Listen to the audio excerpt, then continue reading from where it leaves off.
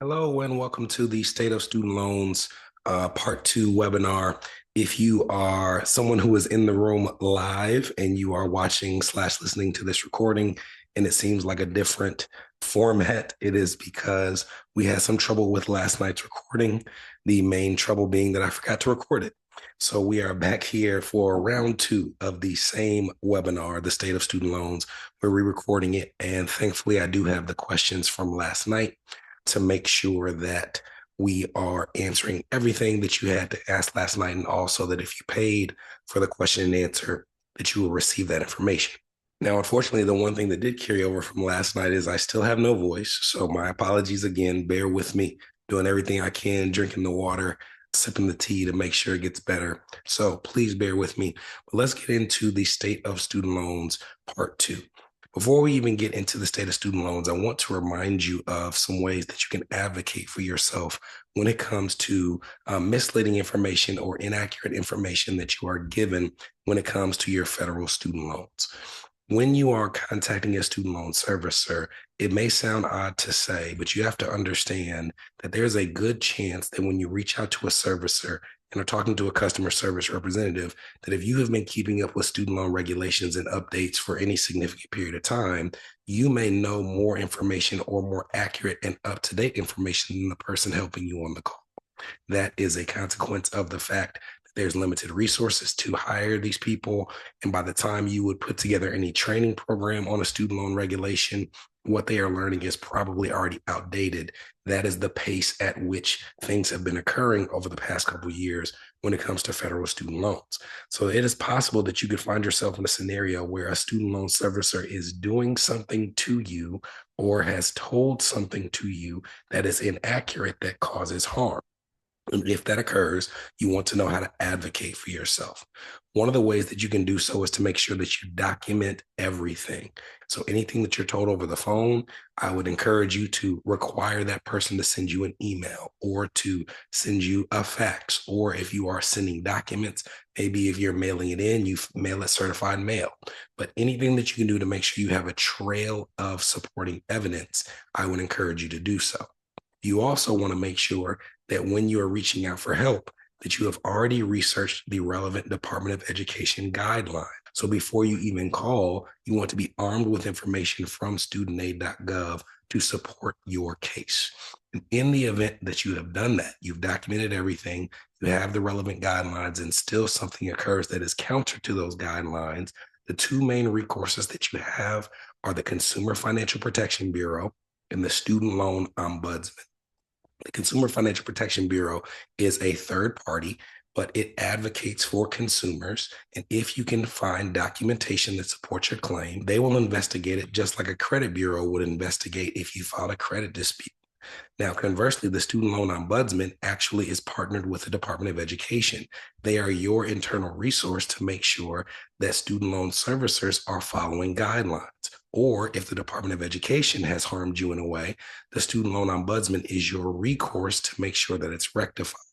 And we have seen a lot of success with people who were told something incorrectly or had, a payment drafted incorrectly or not adjusted based on relevant guidelines. And the Student Loan Ombudsman has been successful in correcting those cases. So you want to make sure that you are documenting everything, finding the relevant guidelines, and when necessary, advocating for yourself with the CFPB and also the Student Loan Ombudsman.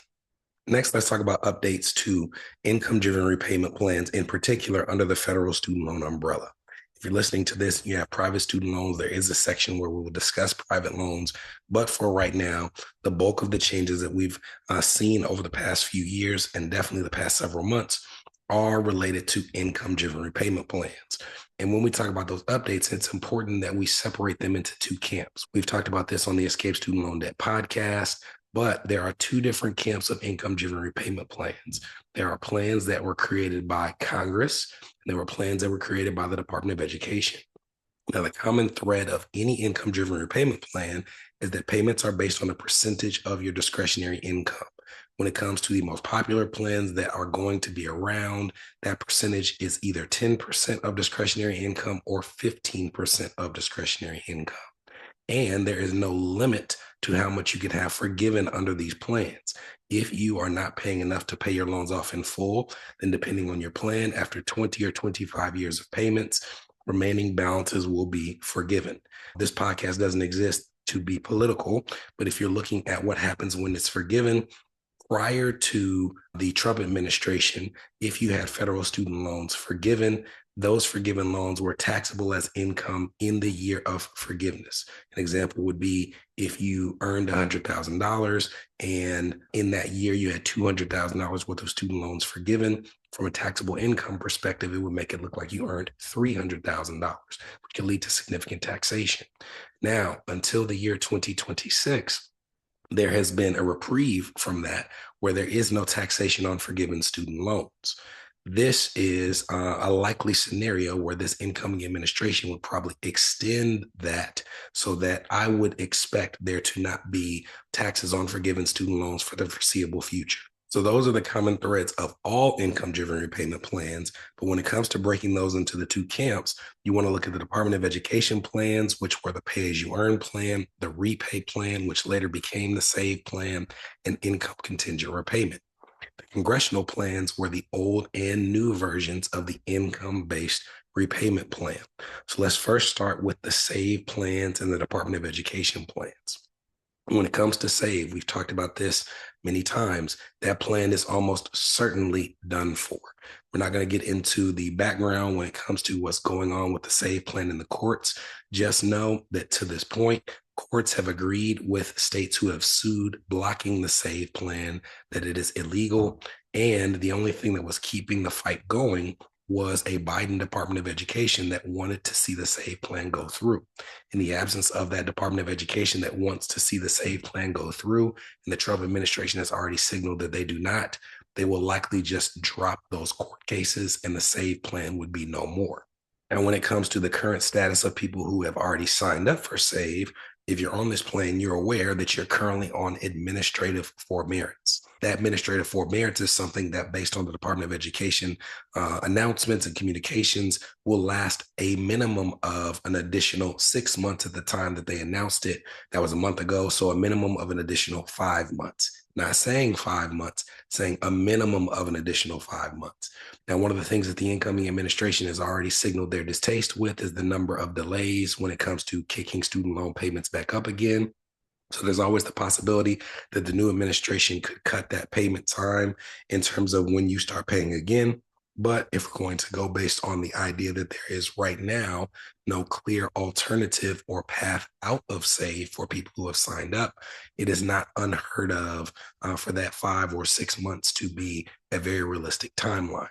The unfortunate reality of that administrative forbearance is you are not getting any credit towards PSLF or income-driven repayment plan forgiveness when it comes to the 10 years that are needed before forgiven under PSLF or the 20 or 25 that are needed under the various income-driven repayment plans.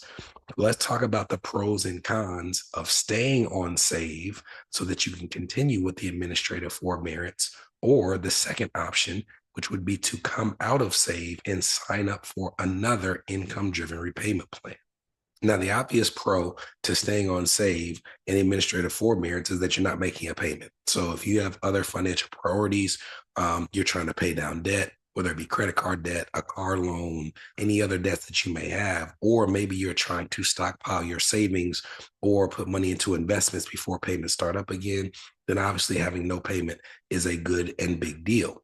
The other benefit is right now, while you're under SAVE administrative forbearance, if you've been on income-driven repayment plans in the past, you're aware that once a year, your student loan servicer reaches out to you and asks you to recertify your income so they can recalculate your payment for the upcoming 12 months. While you're on administrative forbearance, that's not something that you have to worry about. So if you've had a significant income increase since the last time you recertified, which for many people was 2018, 2019, then taking advantage of this administrative forbearance could prevent you or delay you from seeing a significant jump in payments. Those are the pros.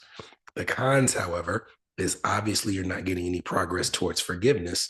And also, there's a potential that you would miss the window to sign up for the pay-as-you-earn plan if you are eligible, which you're going to talk about in more detail in the next few slides.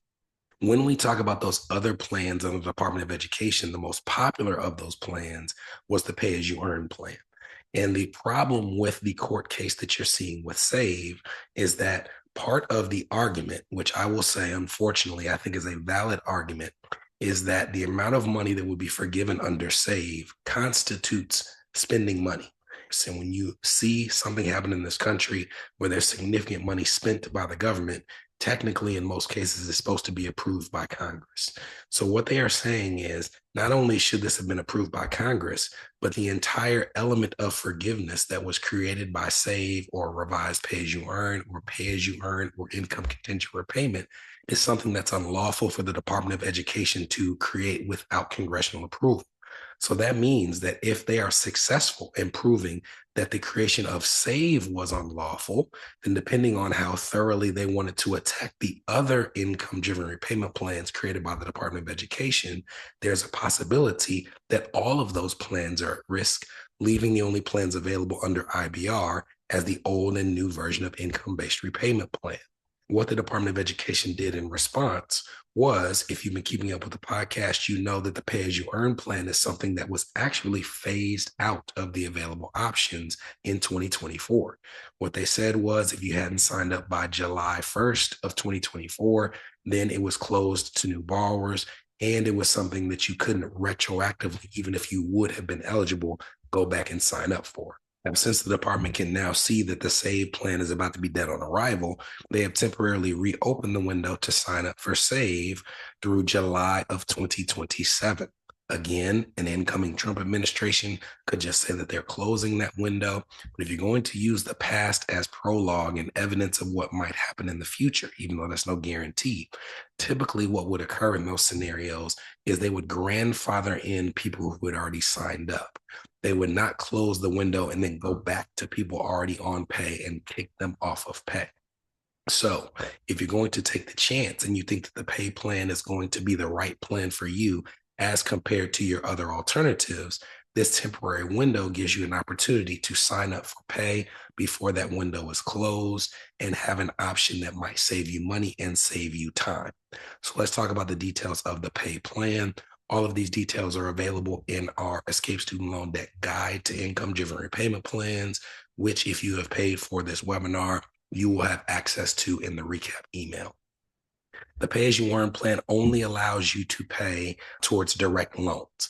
If you have any loans that are not direct loans, you can make them eligible by consolidating them, but only direct loans are eligible under pay-as-you-earn.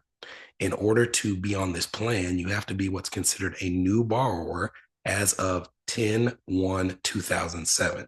That means that you either do not have student loans or you had paid off your student loans prior to that date. And you also have to take an additional loan after 10/1/2011. Now, there's a small group of people who are eligible for both the pay as you earn plan and also the old version of the income-based repayment plan. Now, if you're eligible for pay as you earn, and this is an important group of people, because if you're eligible for new income-based repayment, then it's not really that big of a deal that you miss a window, whether temporary, not temporary, what have you. Because the new version of income-based repayment is almost identical to the pay-as-you-earn plan. But if you're eligible for pay-as-you-earn and old IBR, the problem is that old IBR is not as forgiving as pay-as-you-earn. Now, what is that window of people? For pay-as-you-earn, you're eligible for old income-based repayment as well if you are a new borrower as of 10/1/2007. In that window, you have to also sign up for a new loan after 10/1/2011. And really, if you have borrowed up to about July of 2014, that's the window of people who are eligible for both pay and old IBR. And if you're comparing the two, there are some similarities. Both of these plans require what's called a partial financial hardship, which we'll discuss later in this podcast. And if you do not have that partial financial hardship, then both of these plans will revert your payment to the payment required under the 10-year standard plan. But that's where the similarities end, because the pay as you earn plan only requires you to pay 10% of your income towards your student loans, while old IBR requires 15% of your discretionary income. So 5% more in terms of what you're paying. And in terms of how long you pay until any remaining loans are forgiven, old IBR is 25 years of payments versus 20 years under pay as you earn. So you're paying 5% more for 5 years longer. And these numbers can really, really add up. If you're looking at the payment example on screen, if we had a single person who had an adjusted gross income of $100,000, then under pay as you earn, they would pay $645 a month.